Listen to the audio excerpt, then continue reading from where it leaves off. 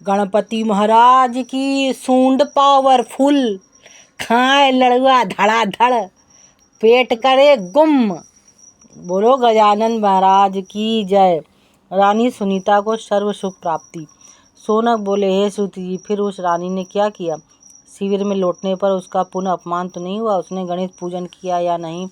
यदि किया तो उसका क्या फल हुआ? ये वृत्तांत मेरे प्रति कहने की कृपा कीजिए। सूत जी ने कहा, सोनक, रानी सुनीता का अगला वृत्तांत पार्वती के पूछने पर शिव जी ने इस प्रकार बताया कि रानी अपने शिविर में जाकर सो गई। उसके आत्मघात के लिए जाने आदि की बात का किसी को भी पता न चला। महाराज चंद्रसेन जब अपने राज्य में लौट आए तब उनके विचार ने पलटा खाया और उन्होंने सोचा कि बड़ी रानी को संतान नहीं हुई तो इसमें उसका क्या दोष है। वो तो जब तक अपने पतिव्रत धर्म का निर्वाह करती चली आ रही है, इसलिए उसके प्रति छोटी रानी का व्यवहार अनुचित और अन्यायपूर्ण है।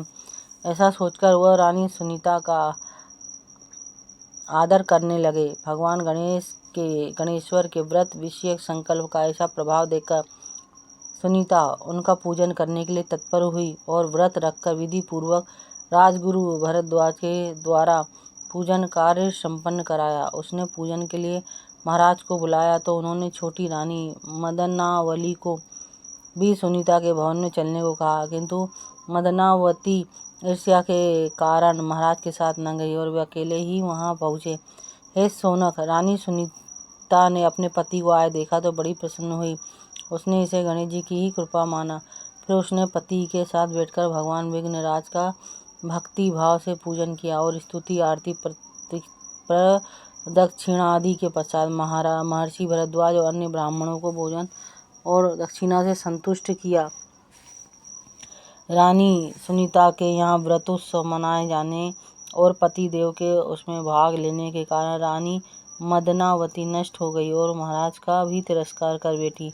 तब तो महाराज उसका साथ छोड़कर रानी सुनीता के भवन में ही रहने लगे। बोलो श्री गजानन भगवान की जय।